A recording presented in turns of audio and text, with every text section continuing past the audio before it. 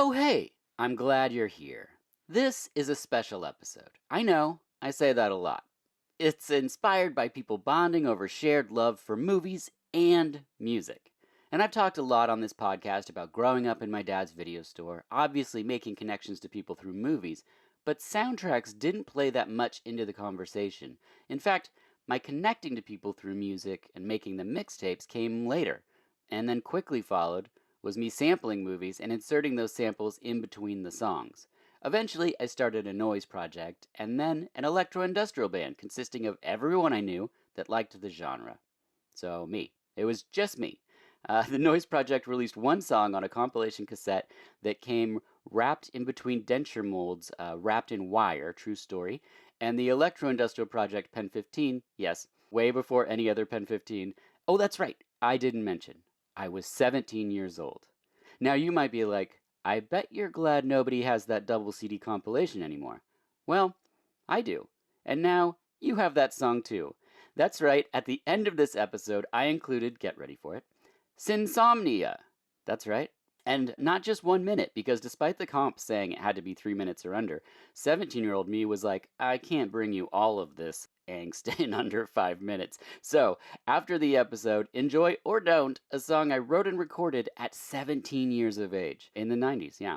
I've just been having such fun with this season that I just had to do it. So, that's at the end. But if you found this because of industrial music, please check out our episode on Suck with Chris Connolly of Ministry and Revolting Cocks, among others, and Sons of Steel with Rodney Anonymous of the Dead Milkmen and Seventh Victim. Rodney does a show called Rodney Anonymous Tells You How to Live. He DJs. It's awesome. Really good songs, deep cuts. He knows his stuff. Be sure to check out both that show and Seventh Victim. Now, let's talk about the episode. I met Melissa and Roger on Twitter because of the awesome Sean Robert of the Cult Film Club podcast. I was looking for people who work in video games, so we did Brain Scan.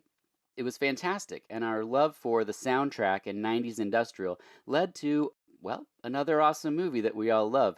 So here we are with a celebration of a movie, its music, and dare I say, friendship. So let's get into it. The film is Hideaway. The guests are Roger and Melissa, and this is VH Us.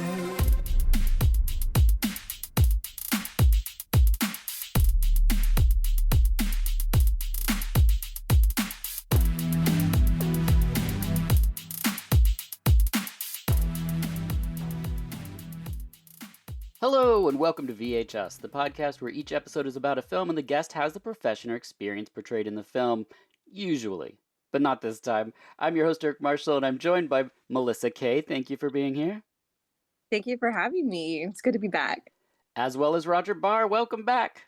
Ahoy there. I'm so excited.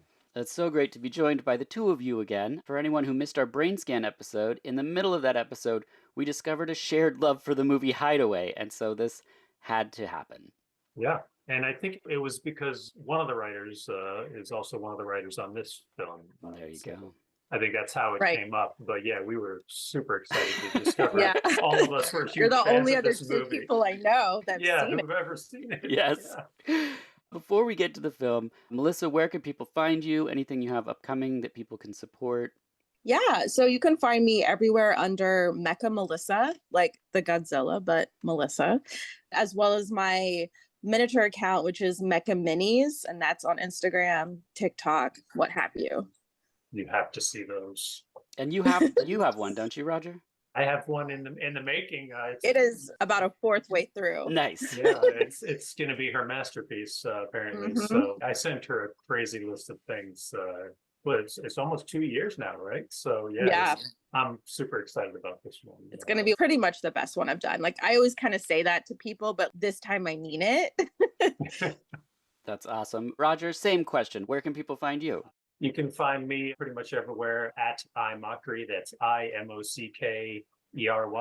I also have my old website, all the pop culture, entertainment, horror, everything that I wrote for 20 years, i-mockery.com. You can check out all that stuff there. On any of those socials, you can find the video games and stuff I've worked on and all that. Yeah, and you can hear all about those again in our Brain Scan episode 2. The last time we talked about a movie where we could see through Killer's eyes, which was something I didn't even put together happens in both these movies. Oh, man, it's a theme. We were talking about video games and the field that you both work in, and I didn't ask two important questions. So, first one, is there a movie adaptation of a video game that you prefer, that you like, I guess? Oh, I think the Silent Hill movies are really good. Yeah. Resident Evil, obviously very different than the video game, but I really love the animated ones, like Resident Evil Degeneration, I think is perfection. Right. Yeah, the first Silent Hill movie, I was definitely a fan of. I love Alice Krige in particular. So anything she's in, I'm definitely a fan of. Resident Evil, yeah, is quite a departure from the games, but I always loved Mila Jovovich. And the very first one of those ones, I still had fun with that. Definitely not as crazy about the other ones, but the first movie, I gotta say, I enjoyed. Yeah, it was a good time. But there's also other cheesy video game themed movies like Arcade, which I don't know if you've ever seen that super cheesy B movie. Yeah, I mean, there's a lot of stuff like that, I think, but I don't think there's any amazing video game adaptations. Yeah. There's none that really stand out to me. Yeah, Silent Hill was my answer as well. Although I did have a great time with the Resident Evil Raccoon City, Welcome to Raccoon City, whatever that Oh, movie was I called. thought that was fun too. It's really fun. I didn't think it was going to be even good, and I ended up watching it twice. So, Yeah, anyone that skipped it, I didn't like it their out. pick on Leon, but Right. otherwise I thought it was really good. Yeah, for something I didn't expect at all. Right. Check that out. The second question is there a game you'd like to see adapted for a film? Ooh, maybe Fatal Frame, although I think there is a film for it, but I would love a recent version of Fatal Frame. Oh, and Mass Effect, even though that's also been in the works supposedly forever. I would love to see the Ghost and Goblins series. Oh, yeah. That would be so fun. Particularly, I want to see Arthur get hit and his armor fall off, and he's just running around in polka dot underwear fighting zombies and stuff. That would be good. I also know it was inspired a lot by Friday the 13th, but I always loved the idea of Splatterhouse. I thought that would just make a great series. He's kind of possessed by that mask, right? So, Rick, I think that would be a fun series to dive into. It's funny, like there was a Friday the 13th kind of a young adult paperback series. In some of the stories, the killer is like possessed by Jason's mask. It's not actually Jason, so kind of almost full circle with the three of those. But that's funny. Yeah, Splatterhouse, I would absolutely love to see in Ghosts and Goblins. Any of the side-scrolling ones, because there's that awesome sequence in the hallway in Old Boy where it's just long shot of so you could do one of those left-right beat 'em up brawlers. Could be quite a challenge at 90 minutes, but I mean, Double Dragon was not a great movie. Yeah. And their version of Abobo, who, I'm very close to Abobo, so I make games about him, but their version of Abobo is pretty hilarious. It's just massive muscle and emotion. That stuff is ridiculous. I'd actually love to see Super Mario Brothers 2, the Crazy Dream World one. That was always my favorite of the classic Mario games. I'm not interested, to be honest, in the new Mario movie that's coming out or anything. Zero interest. Yeah. I would want to see something contained, and everything now is it's a universe, and I'm like, but can we just start somewhere? It makes me so weak. Yeah. Yeah, and Super Mario 2 would be a great self-contained story, especially since it's, spoiler alert, it's a dream that he has and everything, but it's absolutely crazy, and it has 4 different characters you can play as someone other than Bowser as the main bad guy. I love that it came from the original Doki Doki Panic game from Japan. I don't know, I just think that could be a really fun project. Awesome. I think Zombies Ate My Neighbors would also be fun. Oh yeah, I don't know that game. Absolutely. My Grave Chase game, a lot of that art style was inspired by Zombie Raid. Oh, okay. It's a really fun game. You play that on Sega Genesis or anything back in the day. Definitely worth checking out if you haven't played it. Yeah, for sure. I think it's on Super NES too, yeah. Well, the film that brings us together is Hideaway from 1995. The synopsis is, this is what IMDb says. Hatch gets a special resuscitative medicine after dying in a car accident. His wife and daughter get minor injuries. He gets strange nightmares, such as killing a teen girl. Is it just dreams? What kind of weird synopsis? First of all, is it medicine that brings him back? It's never talked about or discussed in a movie where we're bringing people back. I feel like it is. Is it like the medicine? that or a combination of electricity? There's Okay. got to be electricity in there somewhere. Yeah. The doctor is just kind of like, we have, a procedure, Yeah. that no one else has and That's what it stuff. And sounds I'm like, he must be keeping this under wraps, because being able to bring someone back from the dead, Yeah. he'd be getting a lot of business. He wouldn't be having to search for random people Yeah. to bring back and experiment on. And that's a big team in there that are all not saying a word to anybody. And it's just Right? like, Incredible. You have the Yeah. key to life and you're yeah. just chilling on Yeah, I'm it. just going to keep this low key. But, that wouldn't surprise me if that's what's going on with cancer. Like, someone already has the cure, Oh, but yeah. someone's paid them off to not give it to everyone so they can Right. make more money off of I just everything else. There you go. appreciate like the way this movie works because they don't name the if it's a medicine, it doesn't have a name, and there's Mhm. no like part where they try to explain some version of it to us. Is it? They're just Not at all. I mean, they just this is happening, and we're like, oh, okay. Yeah, That's even the poster tagline, I wrote it down. It was Hatch Harrison was pronounced dead on arrival. After 2 hours, the doctors brought him back, but he didn't come back alone. so catchy. Oh, The doctors brought him back. That's it. That's your explanation. That's it. they Oh, brought him man. back with their special powers. Yeah. Yeah. Wow. At the time of this recording, it's weirdly trapped on DVD, but you can stream it off sites. But I say support your local video stores like Movie Madness right here in Portland, Oregon. Melissa, what's your history with Hideaway? Hideaway. So I happened upon it very randomly, maybe like a decade ago. I was definitely an adult, so I didn't see it as a kid, but Mhm. I just happened to randomly stumble across it when I was going through my Jeff Goldblum obsessive phase, and I had to watch everything, Mhm. like That's the a weird phase. stuff. Thought that's just a life choice, I guess right? it's a lifestyle. Back then, I liked Yeah. him before it was like cool to like him. Same, yeah. I hate Yep. to be a Jeff Goldblum hipster, but you know what? I am because I'm old and I loved Earth Girls Are Easy when I Right was a on. child. Yep. Yeah, so it was just part of my, it was like, okay, I'm gonna watch Vibes, then I'm gonna watch Hideaway. And yeah, and I first saw it and I was like, this is sick. I love the soundtrack. Yeah. Like it was like right at the time I was like the height of my goth phase. Not that that's a phase either, since I still am. Yeah. Yeah, and I was just like, this movie's fun as hell and like kind of disturbing and really weird, but awesome. Like perfect 90s off the wall, crazy lawnmower-esque Satany film. So yeah, I was in. Roger, what was your history? Well, I was working in video stores at the time that Oh, this there you came go. out. And I, when you're working in a independent video stores and stuff, or something like Blockbusters, either of them, you're just always looking for something new to throw on the TV while you're there all day. That was part of the fun of the job. I just saw this random movie in the horror section called Highway. I see Jeff Goldblum's in it. I'm instantly sold.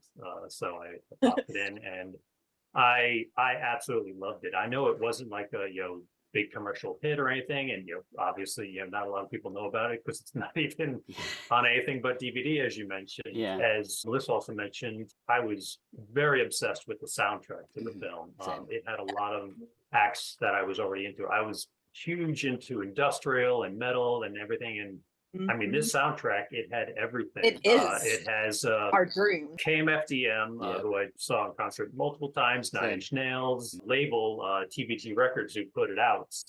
Nine Inch Nails isn't on it, unfortunately, but you have Godflesh on there. Mhm. Frontline Assembly. Frontline Assembly, you have Fear Factory, Sister Machine Gun, who was Mhm. on the Crow soundtrack. Yep. Miranda Sex Garden, their song Cut is one of the best Oh, tracks so good. they've ever done. So good. Yep. It's just, the soundtrack alone is phenomenal, and it also has some of the score on it. The last 3 tracks on it are the score by Trevor Jones, and his 3 tracks are honestly probably my favorite thing on the whole thing. As much as I love all the bands, his score for the film, which is, it's repeated throughout the film in like different versions Yeah. of the same 3 songs and all, but it really just adds to the intensity and the emotion and everything. They're orchestral songs with full choruses and Mhm. everything, singing behind with Yeah. rock music. And yes, Oh. Nunc Dimittis, Into the Light and Beyond the Shadow of Death. And he also worked on scores for like Labyrinth and Mhm. Arachnophobia, Dark That's right. City, He did some of the best ones for From Labyrinth. Hell. Yeah. Yeah, exactly. So I think the music honestly was more impactful than the movie was long term, because I immediately bought the soundtrack after watching the movie, Yeah. and I that has just been on repeat forever. As much as I enjoy the movie. Soundtrack is huge. How about you? Yeah, so growing up in my dad's video store, Jeff Goldblum was one of those actors that I just gravitated towards from a very early age. So, like, Beyond Therapy was one of my favorite movies. Mm. The Tall Guy, Twisted Obsession, um, Yeah. Mr. Frost. We got the promo tape from Mr. Yes. Frost. Oh, Uh-huh. love it. And I was like blown away by his performance in that. So I just was like, I'll go watch, the bigger stuff like Transylvania 65000, like you said, Earth Girls Are Easy, The Fly. He was just like Oh, The my Fly, dude. of course. Yeah. Yeah. And then Did I you s- see Into the Night with Yeah, yeah, Oh, him yeah. and Michelle I Pfeiffer? love that movie It's with so Yeah, it's Michelle good. such just like Pfeiffer. little slice of life, goofy overnight adventure Isn't kind of thing. Cronenberg in that too for like 5 seconds? Oh, is he? Yeah, I I think don't Yeah, he remember. does have he a makes like It's been a cameo. while. a brief appearance. Yeah. Yeah, I love Into the Night, though. I always thought that was kind of an underrated, just Me Mhm. silly too. little gem. And he's even good in Silverado, the Western. Oh yeah, yeah, yeah. Yeah. Yes. Yeah, I was a huge fan. And there was another movie called The Fear Inside that stars Christine Lottie, who's also obviously in this movie. And Yeah, so when I saw the trailer for this, I was like, I'm in. And so I went opening night to the theater to see Hideaway. I was one of two people maybe in the theater, hmm and I loved it. It was like the best, and we'll get to all the reasons why as we go. The director is Brett Leonard, who did Lawnmower Man right before this and Virtuosity, and he got to start with The Dead Pit, which is pretty awesome as Yes, which well. is one of my favorite VHSs from my video store days Yes. because you could push a button on it and the eyes on the zombie would flash and Yeah. everything. Really Oh, cool that's so VHS tape. cool. Yeah. Way more fun than the Frankenhooker box that said "Want a date" every time you pressed it. I, Because Oh, I I actually love love that. the Frankenhooker That's one of box, my. but people like no, I they loved it, always but broke it because they pressed it so many yes, times. It was a Mhm. bummer. yeah, and it Yeah. would start to just go off on its own, which was kind of freaky because no one would be in our store, and you'd just hear "Want a date," and you're like, Oh, I love that. all right, Another fun fact about Brett Leonard is yeah, he played Jumbo the Clown in Killer Clowns from Outer Space. He Oh, was No the wow. guy. He was the way. guy in that suit. Yep. And he also did some music videos for Billy Idol during his yes, cyberpunk phase. So he was very big into like the whole 3D CGI mm-hmm, virtual reality huge. scene at the time. And admittedly, it looks super dated now, but It was cutting edge at the time in the '90s. And if you talk about that type of special effect in the '90s, you picture Lawnmower Man, if you've seen absolutely. Hideaway and Virtuosity. It's like, 100%. Mhm. and Virtuosity had a banger of a soundtrack as well for that Oh, style It, of, sure. yeah, it did. it was pretty amazing. The cinematographer is Gail Tattersall, who would go on to make Virtuosity as well with Brett, but he also worked on Tank Girl, 13 Ghosts, Ghost Ship, Wild Orchid, and 120 episodes of the TV show House. Incredible resume. Yeah, Wild Orchid, isn't that the Christopher Walken one? it's an erotic thriller. I don't remember who's in it because I saw Wild Orchid 2 as well. I want to say it's I a want Mickey to say Rourke Walken joint. was in Wild Orchid. Was he the lead? Oh no, it's Mickey Rourke. Rourke. That's what I'm thinking of. Yeah. The editor is B.J. Sears, who did Virtuosity, Turbo, the Power Rangers movie, and Storyville, which is a pretty impressive spread there. Stars, they're pretty big, so we'll go quickly. Jeff Goldblum, we covered most of his earlier movies.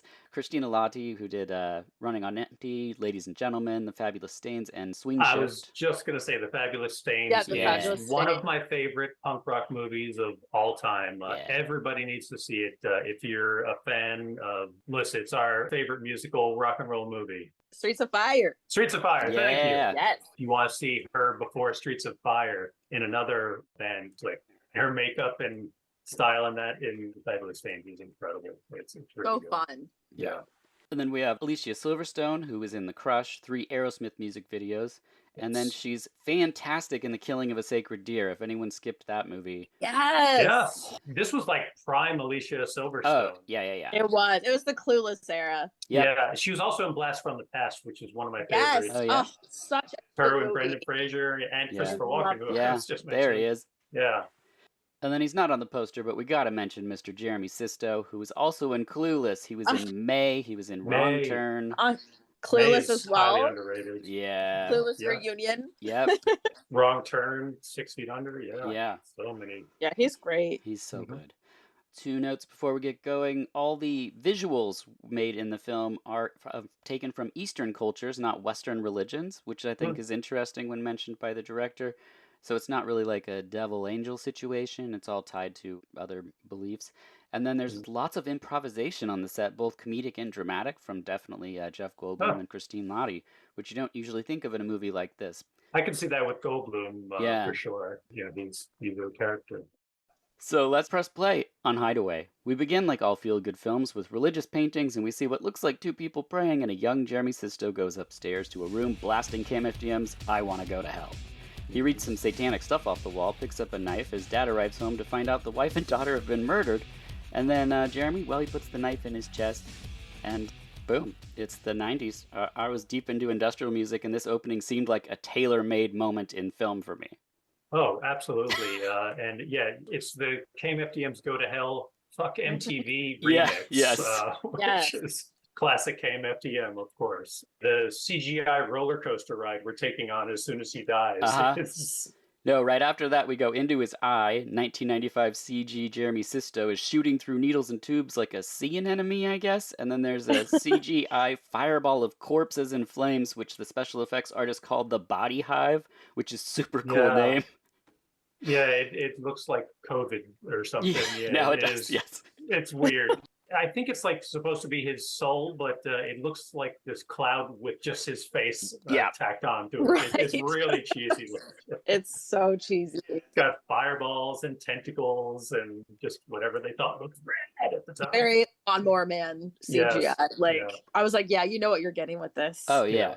I would say Lawnmower Man has the better CGI of the two movies for sure, but... Well, I don't know. Yeah. It's hard for me to judge. Next, we get Jeff Goldblum in an amazing turtleneck. This film has excellent sweater work by him, second only to probably Jeff Fahey in Body Parts. The family is playing a movie game. It's very fun. Regina, honey, name another actor in Bonnie and Clyde. I have no idea. Oh, that's a good movie. You should see that. Faye Dunaway. Chinatown. Jack Nicholson. Which is of Eastwood. Cher. There you go. What else Cher been in? Beavis and Butthead. No, fair. That's TV. It's the movie game. No other Cher? Okay, what about another Jack Nicholson movie? I know. The Shining. Movie. Red Rum.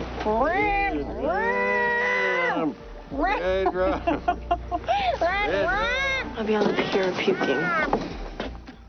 The director says in the commentary that Dean Koontz went to the premiere, and when they mentioned Stephen King's The Shining, he harumphed and left the theater, only to bag on the movie, never watching the rest of it. Yeah, Dean actually fought to have his name removed from the credits and everything. Promotions, he wasn't happy with all of it. I honestly never read the original novel version of it, so Me I neither. can't say if the movie's better or worse or anything. But Yeah, I doubt it. I mean, if the book played Godflesh when you opened it, I'd read it, but it doesn't. Yeah. Alicia asks to go to a rave, and Jeff says no, but Christina says you gotta let her go, so she starts blasting Miranda's Sex Gardens Cut.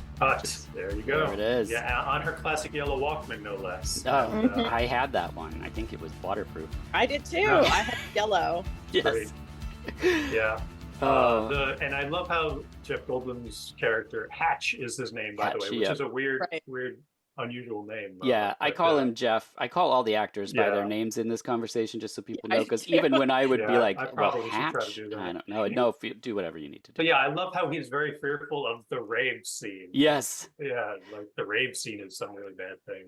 That was the thing in 92, 93 92 was the year I first went to a rave, and the first rave in Eugene, I was allowed to go with my friends, but then once we got there, one of my brother's friends told my parents that it was like these drug-filled parties in the UK, and so they made us come home after an hour. We were so bummed, but then some Hesher tear gassed it hours later, so it was a dodged bullet for us. But they head back that night also, and we're still in the credits. There's a long truck driver falling asleep, and then there's an awesome wreck sequence that ends up with Alicia getting out of the car, but Jeff and Christine going down the hill into a river in this awesome sequence. It's way crazier than you expect. You expect it to just be kind of over in a second, but it becomes like this whole separate micro adventure in the film. Yeah, just barely into the movie. It's so cool. Yeah, the car ends up floating down some river rapids. Yes. It's crazy. Yeah. And Supermom saves Jeff Goldblum. Yeah. She pulls him out, and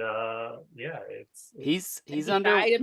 Yeah, he's underwater a lot. There's a lot of the swimming where you're like, he should be facing the other way. But it's pretty amazing. We go into Jeff's eye again and fly through heaven tubes, and then Alfred Molina's the doctor. He's, of course, started out with Raiders of the Lost Ark right Yeah. at the beginning and all. Chocolat, Spider-Man 2. My favorite role of his, honestly, is from The Man Who Knew Too Little as Yeah. Boris the Butcher of Oh. Blavatsky. Mm-hmm. I don't know if you've seen that one, but it's one of my favorite Bill Murray comedies. too. I've always liked it. It's a fun little adventure. Yeah, he's great in Yeah. this. Yeah. Yeah. Jeff's been dead for 2 hours, and then the nurse implies something bad happened last time, but whatever. Jeff's ghost is reaching the bright light jellyfish hole. He sees a dead kid, but then he's jerked back to life. The doc tells Christine, and she runs to find Jeff, and they're happy. And Jeff improvised this, the whole "was I supposed to turn into the skid" thing that he says to her. That was not in the script. He just did that, and it genuinely made her chuckle through the tears. It's a beautiful little moment. This movie has a ton of these things that, like, you think, oh, it's a techno thriller thing, but it's got superb acting from real powerhouse performances. I think they're the ones who really carry it because, it's not obviously not the strongest script or anything. Right. Yeah. Yeah. The music and the acting. Yes. Jeff gives Alicia Pearl Jam tickets, and then Jeff and Christine have sex, and Jeff has a laser angel in his eye. Really, the moment they had Really weird, especially when you think, it might be like his daughter in his eye and stuff. Yeah. Like, is she seeing this going on with mom and dad and stuff? I hope not. a little creepy. Yeah. I also have to say, while he gives her the Pearl Jam tickets, we see a cameo of a Pepsi Max can, which is how you know this was shot in Canada. Nice. Pepsi Max was not available in the United States until 2006, 11 years later. So great pull. You want to see Pepsi Max's early beginnings. There you go. Yeah. Right on the counter with Alicia. Perfect. That night, Jeff gets hungry and heads down to the kitchen, and the kitchen is so messy. This part really disturbs me because they just never went back to the kitchen to put the food away. I don't know. He moves ahead a whole pile of sliced tomatoes and then slices a new fresh tomato. Yes. It's like, wait, what? Is that from a previous take and they just decide to go with it? He only likes freshly sliced tomatoes. They don't go into it. That's what brings him back from the dead is freshly sliced tomatoes. Yeah, that's the doctor's secret. Jeff sees himself kill a woman, and then Christine finds him outside bleeding. They go to the dock, and then my favorite part where Alfred Molina goes, "Hey, you got a second chance? Have fun." It's just like, wait, what? Chance at life. Try and enjoy it. Oh, yeah. I'll prescribe you something to help you sleep. You know this went bad the first time. Yeah, it really did. You've got to mention, though, when his wife finds him bleeding, his wound, seems to heal very quickly. Oh, when he runs it out of the water. Yeah. He's like, oh, okay. The knife. But they're not, too surprised by it. No. She's like, oh, I guess it wasn't as deep of a cut as I thought. But, and they don't even really mention it until way later in the movie. It's not something, normally in films they'd be like 3 or 4 more times we're going to see this, and they're going to be, he'll be like, oh wait, I'm healing. It's not until the cigarette lighter thing. Yeah, it's definitely like a third act kind of a thing that when they bring it back. But when he has this vision of the girl getting killed before she gets her throat slit, she defends herself and cuts his arm. So it happens to him in real life, or is it like a Elm Street, being pulled out of your dream kind of thing? Or they're laying the groundwork for some of that early in the movie. So, That night, Jeff has more bad dreams. We see the theme park, a welder, a hotel sign, and a giant metal head. Normal stuff, That metal head looks pretty awesome. I love it. That's definitely the best set piece of the whole movie. Agreed. That's pretty damn great. Yeah. I kind of wish, Universal Studios Horror Nights would, if this movie was actually successful, anyone aside from the 3 of us knew about it, that would be a great thing to have in a Halloween theme park. Yeah, I would love that. that. The theme park's called Wonderland, and I don't know if it was the actual Wonderland or... It's inspired me to want to make an abandoned theme park. Oh, Melissa, do it for one of your minis. Right? Would that be cool? Yep. Yeah. They built that head in an old coal mine that they found. So oh, really? He talks at length about how they wouldn't have been able to shoot inside of these, these big rocky walls surrounding it, which you might not notice because you're looking at the badass big metal head, but it's actually built in. And they were told not to, disturb stuff because it would kick up things that they'd all die from. But anyway, they're all still alive. Jeff sees the girl who died in a newspaper. She's missing. And she looks a lot like his daughter, Regina. Yeah. There's great Goldblum nuanced acting here. The director uses long shot moving masters, he calls them. So He's letting the actors kind of do their thing and not shaping their performance with an edit, which is really cool and just shows the trust that he has in the thespians that he has on stage. Yeah, I mean, if you had that cast, that'd be pretty trusting too. Yeah, for sure. Especially if they're improvising moments and finding little gems in the drama of the situation. A lot of people talk like dismissively about thrillers and horror movies, especially when they're older. But I think like the artistry, the acting, the level of care that was put into like realizing the story of Hideaway is just as respectable as Forrest Gump, which won Best Picture this year, 1995. If not more. Right? Yeah, this is our They're vote for Best overcoming Picture. good Yeah. versus evil. Yeah, I mean, it's sad that like because it's this genre, like Christine Lottie wouldn't have been up for something, but like, you know, She's great in this she's movie. really She great. is.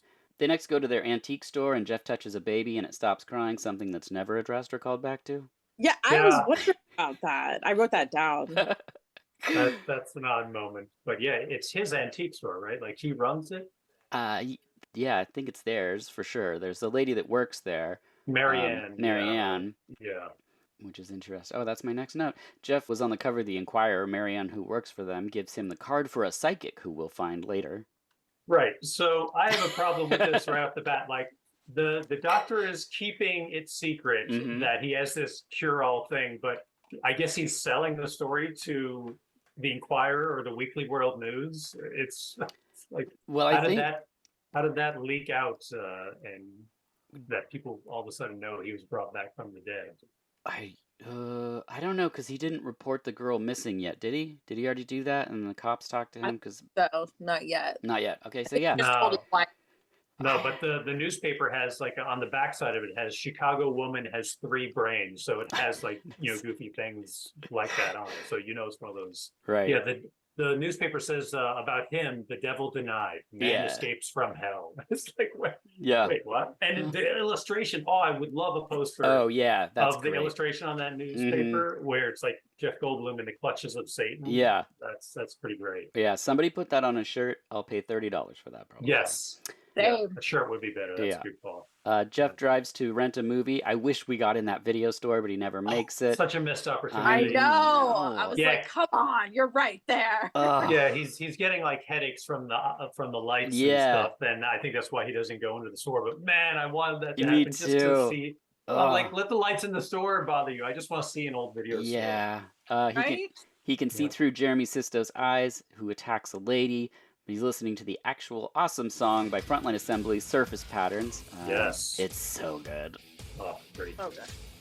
Jeff and Jeremy are linked psychically somehow. We don't know how yet. But he doesn't lead the cops to a body. There's no body there.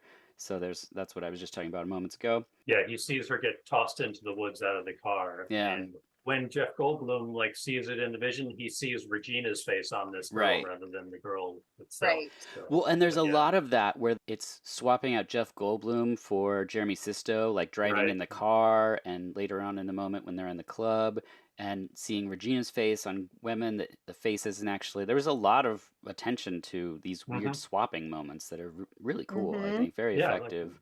You had to pay attention. Yeah, and he's wondering the whole time if his daughter Samantha, the one who died, Mhm. is trying to warn him or they're Yeah. going to save people's lives and all that. So, Yeah. So Jeff goes to see Melina, and Melina's taking the most minimal notes at best. He writes like one thing and then circles it twice. Jeff Goldblum does excellent eye acting in this scene. It's really phenomenal. And then we see Elisa in her room, and she has a Pearl Jam T-shirt hung on the wall and a DOA shirt hung on the wall. DOA to hell and back. What? Yeah, and they're not on the soundtrack. Now there's, Pearl Jam. I guess that would probably be a harder get since Right. they were huge at the time. But I was surprised that they didn't. She's into stick some DOA in variety, there, but- for sure. But yeah, for someone her age in the '90s, Yes. not bad. Pretty good.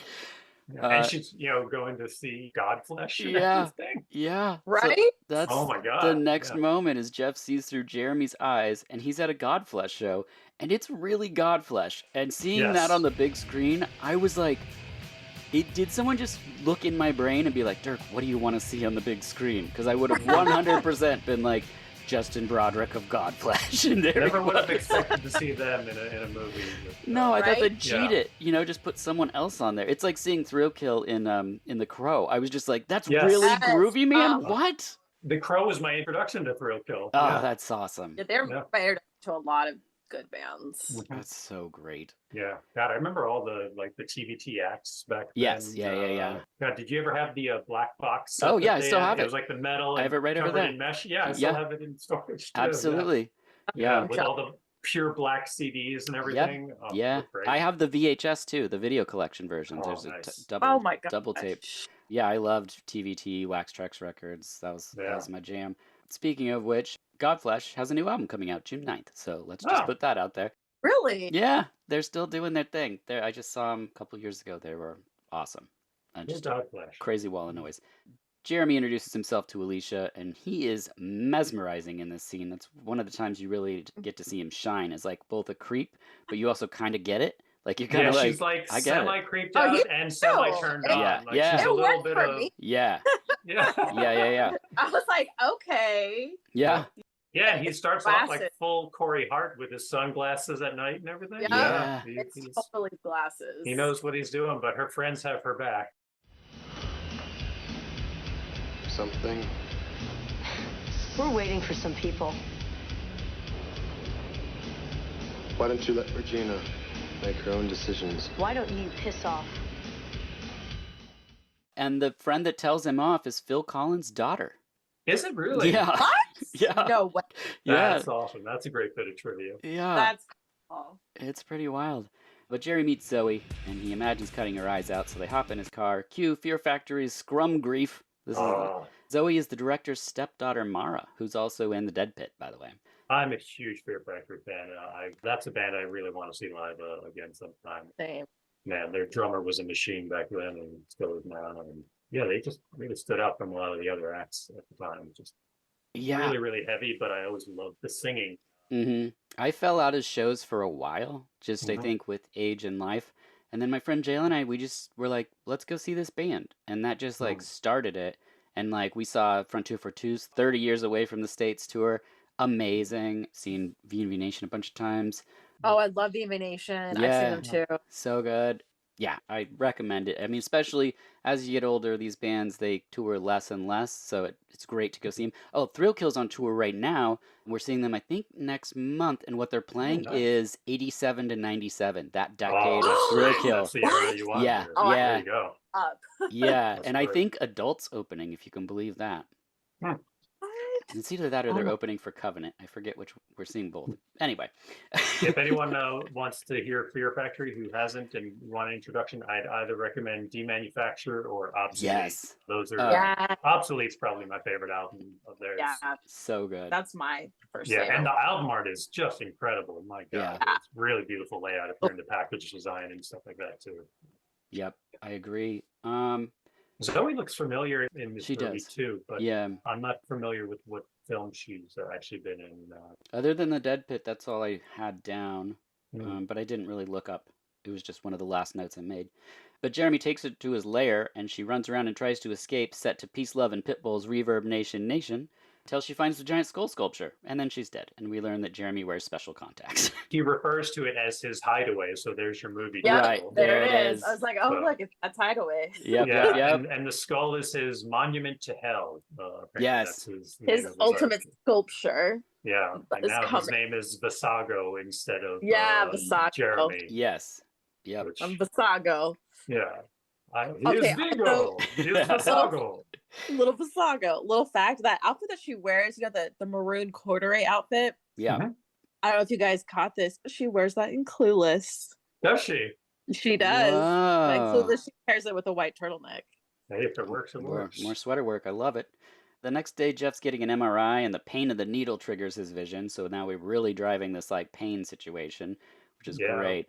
We see the CGI hell ball again. Yes, the Hellball's back. Yep. The body hive. Next, we see someone clean a motel while someone's blasting Sister Machine Gun Lung. Again, at this point in the movie, I was like, what? That's like a deep cut. That's not even one of the Yeah. singles. I was just like, okay, I love this movie. Yeah, one of us made this movie. Yeah. Yeah. Sure. I think people hopefully by now have put together like, oh wow, these three really love this movie that no one else has seen. Yeah, yeah. So like, does Well- this movie actually exist? Right. It's just something we made up in our phrase after a car accident. We did that thing where people Yeah. write 2 lines of a story and then fold the paper over 1 sentence, and then you just write next to it. It's like us making this movie.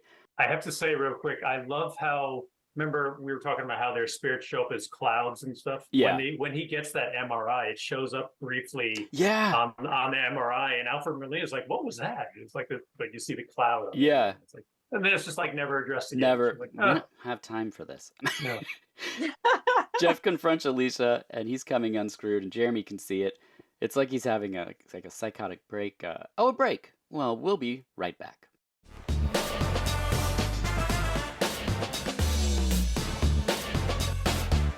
Now, I have a question for you. What would Vice Squad be without Wings Hauser? Or House 3 without Brian James? Would you watch Panther Squad without Sybil Danning? No.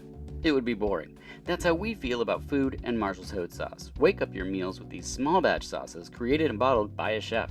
These aren't made in a co-packing plant. They're thoughtfully sourced, balanced creations with a focus on quality and flavor. The red chili lime, sweet and a little spicy, like Gage in Pet Sematary. Or habanero carrot curry, which is more spicy and ethereal, like Erotic Ghost Story. Marshall's Hot Sauce has something for everyone, including the mildest, which is a smoked habanero barbecue, kinda sweet, kinda smoky. It would be right at home on the range with Klaus Kinski and The Great Silence. You know what I'm saying. There's also a new line of seasonings with real ingredients dehydrated and combined into fantastic and easy ways to cook for yourself or your family. From the newer pasta and marinara packets, right on down to the explosive Volcano Sparkle, which I'm sure Zed in Police Academy 3, you know the part where he hangs out in the tear gas training? What a cut up. I'm sure he'd want some sparkle. You'll find it all at marshallshotsauce.com. Enter VHUS podcast at checkout for 20% off. Plus, you might get a little something from me. So head on over, wake up your meals, not to mention Sarah's now teaching classes again, so you can learn hot sauces, pickling, all kinds of stuff. I'm hosting hot sauce tastings where you can hang out for an hour and just eat spicy stuff. But you'll find it all there, marshallshotsauce.com. And now, back to the show.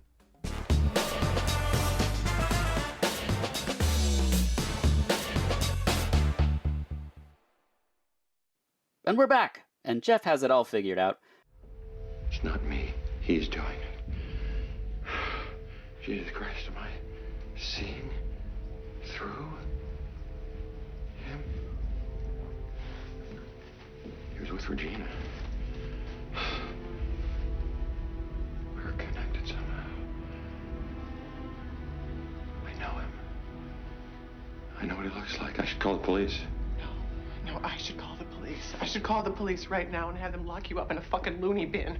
Or, I don't know, maybe I should call an exorcist. Tell me. Jeff wrote The Sky's Motel, so Alfred tells a dude who follows Jeremy there, and Jeremy kills him. And then It's like a private investigation. Yeah. Jeff returns home with guns. He's through playing games. A game. Shall we play a game? I think we should. We're going to play a Dean Koontz game. It's called Koontz or Oonts. I'll give you 10 titles, and they're either going to be a Dean Koontz book or an EBM industrial album title. Amazing. Yeah. Oh, man, and I'm not familiar. I can't say I've ever read Dean Koontz, to be honest. I've read I've always been a Stephen King guy. So, I think we'll all do okay. For people that don't know what an ounce is, it's imitating a mechanical drum sound. So if you've ever heard someone there it is. Yeah. So Koontz or Oonts, here we go. Number 1, Demon Seed. Oh, Koontz. That's right. And it was made into a movie called Demon Seed. Demon Seed with Julie Christie. Number 2, Tactical Neural Implant. That's right. Yep, that's Frontline Assembly, one of my favorite albums. Number 3, Servants of the Twilight. Koontz, correct. It was turned into a movie called Servants of the Twilight. That's a cool name. Yeah. Number 4, Too Dark Park. Koontz. Yep, that's Skinny Puppy's 6th album. Yeah. And the first to feature their SP logo. I couldn't believe that didn't come up for 6 albums. Man. Loved Skinny Puppy back in the day. Yeah, same. One of the places here in Portland called Coffin Club where we go see shows, there's a stage downstairs, and then on the main floor, they play music, but it's not like deafening, so we can like hang out and chat and whatnot. And they will play like Skinny Puppy Best Of most of the time. And it is so nice to hang out in like a weird tomb and listen to Skinny Puppy. That's awesome. And one of my favorite albums of theirs actually came out right around this time. I think it was 96, so it was when The Process came out. And I really like that album. I think some of their like diehard fans weren't big into it. Yeah, because of the guitar stuff. Yeah. I really like, and the production quality. It's a great album. Good.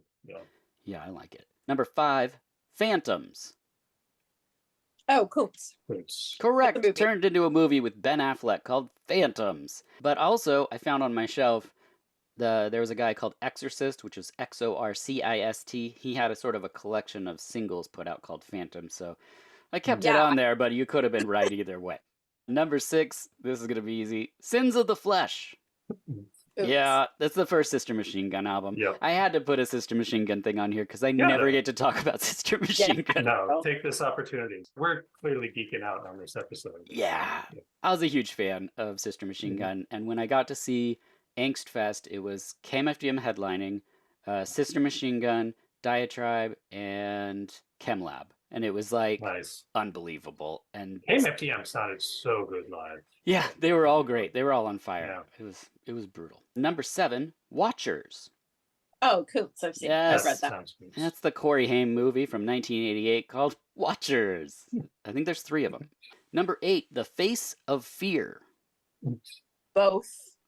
Yeah, it could be both. I didn't find an album, but it is Kuntz, actually. I did an episode on it. It's a TV movie. Did that one with Ryan from New World Pictures podcast. Number 9, Confessions of a Knife. Oops. Yeah, That does sound good. that's all Thrill Kill Cult. One of the best albums, I think. There you go. On Wax Trax Records. And number 10, Mind Strip. Oops. Coops. It's tricky. It seems like it would be. I thought this was going to be impossible, but you've both done really, really well. It is the 4th album from Suicide Commando, who's the last band I just saw. Oh, Oh. Yeah. nice. Yeah. That's they, cool. they were awesome. They were super, super good. Good game, though. I like that. Yeah, that was fun. I mean, who gets to ask people about industrial bands? Yeah. I don't get to very often. So as I stare at like 3,000 CDs. We're not dating ourselves at all. Yeah, no. I'm into compact discs. I still buy compact discs. I know vinyl's all the rage these days. Oh, but I collect tapes.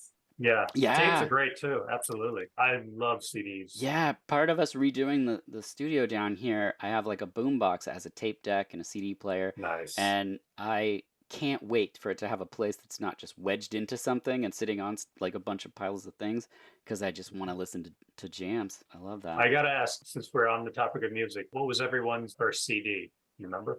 Yeah, Green Day. my first CD was a CD maxi single from a guy called Nomad in the UK. And it was... Doesn't sound familiar. It's not something anyone would know. It's just like a random thing I found, because you couldn't even hear music. You know, you just bought it and then rode home staring at it going, God, I hope this is good. And it was like, it's house music, but it was the first CD I bought. The first full length I bought was a Wham Greatest Hits, because the first cassette I ever bought was Wham's Take Me to the Edge of Heaven. And the first DVD I ever bought was Wham's Greatest Hits. I didn't carry it into Blu-ray because it didn't make the jump to Blu-ray, but I would have. I just really enjoyed having the tradition. But That's great. Awesome. what about yourself? Mine was Green Day. Nice. Which album? The first one, what is it? I don't even remember. Dookie?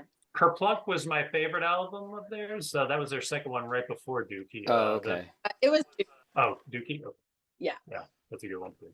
And mine was Weird Al Yankovic's Off the Deep End Nice. with It Smells Like Nirvana. Yeah, yeah. That's fun. Wow, that's great.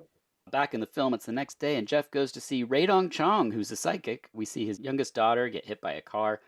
That was one of the other characters I wanted to Yeah. mention in this. I mean, she was in the Taro's from the Dark Side Lover's Vow episode with James Remar and the Gargoyle Kids. And she was also in The Principal. Yeah. Right on Chong. She's awesome. Jeremy, unfortunately, also sees the address, and that can't be good. And then in this scene, you can see Jeremy next to 2 CDs from Will, which is a Frontline Assembly side project that I absolutely love. And I've never seen. I've seen this so many times, and they're right by his body. They like fall over. I've only owned that on tape. I didn't even know it made it to CD, and now I'm gonna have to go to eBay and buy the same things that I already listened to on tape, because I love those 2 albums. Jeff cuts himself shaving, and we see through Jeremy's eyes, so he gets a razor and squeezes it, and then he sees the motel. He knows it's the pain. But we also have to talk about, when he's seeing Rae-Dong Chong, she gives him like the tarot card reading and everything. Oh, yeah. She's talking to him about, how you have to fight this evil essentially, and Mhm. how your daughter's in danger, but there's a Mhm. purity within you that you have to surrender to, and all that. I really like that whole scene between Oh the two yeah, of them. she's not in the film a lot, but it's important. Exactly, yeah. Yeah. And we also see the driving forces behind his character. When she's doing the reading, we see the flashback of his daughter getting hit by the car. Right, yeah. His first daughter. We knew she died, but we didn't know how, and he Right. blamed himself for it, for not making her wear her helmet. Yeah, and, yeah, that's all and done that. without So, words too. yeah, and that's like, it's implied that that's why he's so overprotective Mhm. of Alicia's character and doesn't want her to go to a rave and all that. So, But she'd go to Pearl Jam just fine. So yeah. Yeah, he should make her wear a helmet to that, probably. I almost forgot another cool little cameo in the movie. We see a pile of books. His wife is worrying about him and everything, and among the pile of books are the Mysteries of the Unknown books from Time Life. which I have. Right Yes, now. me too. wow. Psychic powers and all. So he's Yep. reading Time Life, Mysteries of the Unknown, to try to understand what's going on with his brain. And I really love that. That's awesome. I love Jeremy storms in on Radon Chong. Jeff sees her and heads there, but he's too late. Too late. Jeff happens on the Blue Skies Motel randomly, charges in with a shotgun, and the mirror says Regina on it. So Jeff breaks into the dead investigator's car, steals the box of information on Jeremy, and then back at home, the detective comes to see Jeff. Jeff sends the ladies away and heads to the antique store to dig through the detective's information box. He pops in a VHS tape, and we learn that Jeremy is Alfred's patient. Dun dun dun. But Jeremy learns where his antique store is and heads there, pretends to be blind, and we also see Alfred's house. It's the living room from the beginning. It's all coming together. Oh my god. The pretending to be blind thing was kind of I was like, wait, what the hell's going on here? You can see he's wearing like these giant black glasses and everything. I thought it was just a cool goth Satanist. Yeah. It's the first thing they shot in the movie was that scene. Oh, really? Yeah. Oh. Did not know that. Yeah. This is a dude. And Jeremy was actually reading a bunch of books on serial killers to play this role, and I think if you look at him in the different scenes, I think he's sort of like emulating different famous serial killers, because he looks like Ramirez or whatever when he's the blind guy. The Night Stalker. Right? Yeah. And I don't know, because they don't really go into it anywhere that I could find information on this film, but I think that was something that he was doing with these scenes. Because he does have different hairstyles and different, like, I don't know. Especially with the hair. Yeah. Like 100%. Yeah, and Marion is in there. He's trying to get Jeff Goldblum's home address, obviously, because he wants to get Alicia Silverstone and Regina. But Marion writes just some scribbles on the card, and it really pisses him off once he knocks out the lights and because obviously his eyes are super sensitive to light. But it's weird. She's the one person who he doesn't kill in the movie. Like, presumably, he hits her over the head with a telephone real quickly to knock her out. But he doesn't really have I tried time. to be nice to you. Yeah. And he just knocks her out and then finds the Rolodex and gets his address anyway. They also pitch his voice in this scene when he says, like, I was trying to be nice to you part. They pitch shift his voice. They pitch it down. I was very nice to you, lady. I don't know why you were nice to me. All I wanted was a little information. What do I have to call 411? I could see that now, yeah. It's really weird. It's like subtle, but it's enough that you're like, as if you're listening, you're like, what is happening? Yeah, because it definitely sounded pretty evil when he said that. Yeah. So, yeah. It's the only time they do it. It's very strange. Yeah. Jeff finds the dead detective and a note that says, "Too late for this one, Dad." And you're like, oh no. The corpses, he stuffed it into his dad's refrigerator. Yeah, and it just comes piling out. Yeah. Well, there's no food anywhere on the shelves, so I'm assuming he took everything out and then I don't put think it in there were a even any cupboard. shelves in there or anything. No, just the corpse. Yeah, because I'm always looking for weird foods in the background, obviously with the Pepsi Max and stupid stuff. I did that the other day with Manhunter. I was like, Oh, look, there's yeah. Drewberry. Yeah. There you go. On the back of the note, it's a ticket for Wonderland theme park, so he's invited to come see the sculpture. It says, "I'm making a sculpture under the roller coaster. I know how you love art." So cool. Jeff and Jeremy are speeding to Jeff's house, but Jeremy arrives first and takes her away.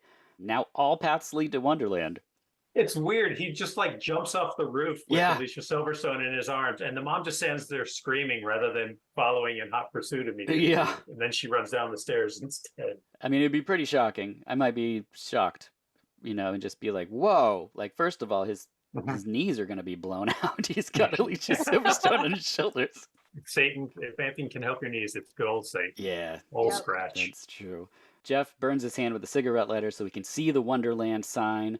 And then there's a whole sequence here running through the corridors. That's where it's all coming back, where he's realizing hurting himself can help him all of a sudden see through the killer's eyes. Which they could have gone, like, if this was directed by Sam Raimi, he would be, like, hitting himself with a hammer in the head to see stuff. You know, it would be all goofy, but they play it pretty straight, so it's... I was waiting for it to, like, you know, because Jeff can heal. I was wondering if they were going to make it so the killer doesn't heal from these wounds, but they never really did anything. Like, he's, you know, he gets jolted by it when he burns his hand and all, but there's nothing else beyond that. And, yeah.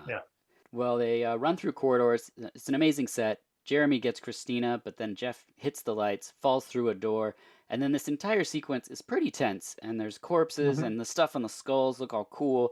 Now, for anyone listening who doesn't watch the movies, they just listen to the podcast. I know we have many people just like to hear the stories. I'm going to tell you exactly what happens. And if you don't want to see this movie, I don't know what to tell you, because this is literally what we see. We see a laser devil in Jeremy's eyes and an angel in Jeff's eyes, and then all the devil energy flows out of Jeremy to the top of the giant metal skull and forms the body hive, and all the angel energy comes out of Jeff Goldblum and floats above him, and then Jeff and Jeremy fight more. Jeff shoots Jeremy, and the two lights intertwine. We see the angelic dead nude child smiling at them, and the light fades, and everyone's just like, yeah, this is what happens. There's two battles going on at once, because the angel and the devil are fighting above them while Jeff and Jeremy are fighting on the ground. Oh my god. And if you like can't picture what this looks like, you have to see it. You have to see it, and it's what you wish the payoff was for looking at like those magic eye posters in Natural Wonder stores in the 90s. It's always a sailboat or a dolphin. This is what you wished all that hard work was when you crossed your eyes and stared at those things. It's really unbelievable, and it's quite a way to end the film. There is an alternate ending to the film, and I don't know if you were able to see that. I know there's the post-credit sequence, which is I can just go ahead and say here. Yeah. The post-credit sequence, it cuts to Jeff Goldblum lying in bed, and he wakes up in a cold sweat along Christine, and it's because he had a nightmare about Jeremy being resuscitated yet again in surgery and killing one of the nurses with a scalpel. Yeah, so the alternate ending, it cuts right to Jeremy being resuscitated in the emergency room, and it's the same nurse, and they bring him back, and he immediately grabs a scalpel, slits her throat, and then Jeff Goldblum wakes up, and then he and Christine play the movie game. And he says, this was just like Carrie. Right. Yeah. That's the post-credit sequence. They call out Carrie and all that. So I guess maybe it's not an alternate ending. It's just a post-credits thing. I don't know. The DVD calls it an alternate ending, as like maybe it wasn't supposed to be post-credit. It was supposed to be the actual... Oh, because on the VHS, it was always like just on after the credits. Yeah, I think it was originally supposed to be maybe the actual ending, not a post-credit. But I don't know. I think it's genius, and anyone that missed that part, it's kind of weird because literally the light battle and everything happens, and then the three surviving family members just turn their backs and walk into a corridor, and like, that's it. Like, they don't say a word. Nobody's like, what the... Yeah, they didn't say, hey, wasn't that our sister floating up there smiling at us? Nope. Or where'd all that come out of your body, Jeff Goldblum? Right? Like, it's just, none of it's discussed. And I think that's one of the things I really love about this movie is they're like, we're not concerned with how he's brought back. We're not concerned with the healing thing. Like, it's just, they just like throw stuff out and they're like, okay, keep going. And I know they cut a bunch of dramatic sequences between Jeff Goldblum and Christine Lahti that they really liked, but it slowed the pacing down. But I don't think any of it would have fleshed out any of the things that we pointed out, that it just kind of has this pulse, that it just keeps moving along. But that's why we need like a Blu-ray collector's edition release with all the deleted scenes now. Like this movie's needed that for a long time. Yeah. So I would love to see some of that stuff. A making of featurette, maybe show them constructing that giant ode to hell. Yeah, the set designer talking about that. Jeremy talking about his, attention to like creating this serial killer character. I mean, yeah, those tunnels, like you said, how great those sets were, with Land of the Dead's blood on them and everything. Yeah, all that stuff was so good in the movie. And of course, I think all three of us would love to hear how the soundtrack was put together and everything. Yes. My God. Yeah. I can't say enough good things about the soundtrack. No.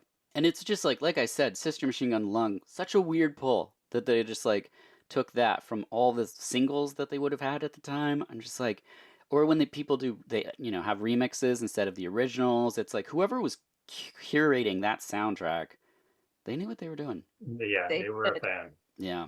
I love that when it's not just someone 100%. being like, "What's popular with the kids?" Exactly. Like, Yeah.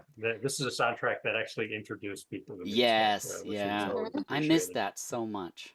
Yeah. Those were classic. All right, well, we've reached final thoughts on Hideaway. So anything we didn't cover, anything you want to throw out there? I mean, again, like while the CGI looks dated, it's still a really fun movie. It is the music and the cast that really elevate this, like above, just a standard thriller from the era. It does take me back to the video store days, and I always loved putting it in my staff pick section back then. Nice. It was frequently in that rotation because, that's part of the fun of working in video stores. When you got a staff pick section, you got to recommend people stuff that you knew they hadn't seen. Like, yeah, sure, everyone's seen Forrest Gump or whatever, fine, but I want people to see Hideaway and the music and doing God's work. There you go. Yes. Yeah, Melissa, any final thoughts? Yeah, I think this is up your alley if you like what Roger said. Great cast, cool CGI, neat concept. You have cyberpunk married with Satan and double shit, and the coolest cast ever, and industrial music. Like, it's just like everything that was good about the 90s rolled into one movie. Yeah, if a serial killer making horror art for Satan sounds good to you, yes, that's this movie. Aesthetic and industrial score. Yes. Yeah, and like you said, even the score, it's so interesting. The director was talking about how, what's the guy's name again? Trevor Jones. Trevor Jones. Yeah, the composer, how he was taking from music concrete and like building like tones and stuff. So he's doing, more like orchestral type of stuff as well. But some of it was like inspired by, like controlled bleeding type dudes and stuff that were just like, I loved music concrete in the 90s. I have so many CDs that I couldn't even play around friends because it's just like it's a machine growling at you for 65 minutes. I really can't imagine what this film would have been like without Trevor Jones, honestly. Like, it would have been such a different movie. Again, his score just is phenomenal. It honestly reminds me of At Close Range. That's another one of my all-time favorite Sean Penn flicks. So good with Walken and Sean Penn and everyone. That whole movie was kind of like wrapped around Madonna's Live to Tell, and Patrick Leonard did the score for it. And Leonard had so many different variations of Live to Tell's music playing throughout the film. And that's kind of what Trevor Jones did in this film. It's a lot of those same three songs, but played in different ways with different instruments or whatever. And it really works every time. It just makes the movie, the quality of it, it elevates it so much. Yeah. I feel like Hideaway is like a perfect storm of what it is. Like if one of the elements didn't work, it would all fall apart. The House of Cards would not work. But absolutely. With the director and what he did in shaping this and how he worked with the actors, I just think it's amazing. And the next one, amazing. The music, amazing. It's like, and the cast, it's just, I get so excited about Hideaway, and people go back and listen to that Brain Scan episode because you can literally hear three people get so excited about a movie. So, I've never met anyone who knew about the movie, let alone was a fan of it. So the fact that the three of us came together and we were all fans, like, it's meant to be. There you go. We clearly died in a car accident together somehow. But I also want to mention the writers who worked on the screenplay. I know we talked about Dean Koontz, but Andrew Kevin Walker, obviously wrote Brain Scan, but he also did 7, 8 Millimeter. He was a script doctor on, Stir of Echoes, Fight Club, The Game, all that stuff. But he also had a writing partner on this, Neil Jimenez, who wrote the screenplay for River's Edge in the 1960s. River's Edge is one of the greatest movies of the 80s as far as I'm concerned. It's kind of like the dark version of the Brat Pack, like it's like the Dark Breakfast Club or something. And that's another one, much like At Close Range, which has another phenomenal cast and everything that was mentioned. And man, River's Edge is such a great movie. And it was a nice surprise. I didn't realize he actually worked on this film until my recent rewatching of it. Yeah, another example of two people doing an incredible job, and one of the reasons Hideaway is so wonderful. Well, this has been amazing. Thank you both for returning. Thank you. Yeah, we got to figure out a third movie that we can all nerd out over. And, Well, there was too much greatness for Hideaway, so we didn't let the conversation breathe out to anywhere else. But like, yeah, that's we were too busy geeking out all over the music like for half of this episode. But well, Melissa, thank you so much for coming back. Thanks for having me. Absolutely. A blast, as usual. Yay. Roger, thank you. Thank you so much. Oh, thank you. And by the way, we got to give props to Melissa. Her power is out right now. Right. She still showed up on her phone. So I have my battery pack like plugged into my phone. Yeah. So that's how dedicated she is to Hideaway and this podcast. So yeah. You're a champion. In the dark talking about Hideaway at what is it, 10 p.m. on a Thursday night. I don't know. I think Jeremy might be showing up in your bedroom. Oh, soon, no. Fingers crossed. That's true. If he's wearing sunglasses, watch out. Yeah. He's going to show up with Godflesh. Yeah. I could just be his partner in crime. The saga. Hideaway 2. The saga. Yeah. Yeah, exactly. The Visaga saga. Oh, there should be a Hideaway 2. Yeah, that should. Perfect. Because it was such a big hit. Yeah. Fans have been waiting. Yeah. We've been waiting. I could see them doing a remake of that movie. For sure. Stuff. Yeah. Just they have to keep the soundtrack the same. That's the one thing they're not allowed to change. Yeah. They couldn't pull it off. Like it has that specific 90s vibe that's like cheesy, but takes it a little seriously as being cheesy, but also like not. It's like a very certain specific vibe that we have been unable to emulate in the past 10 to 15 years. Yeah, it'd be like trying to redo Big Trouble in Little China. Right.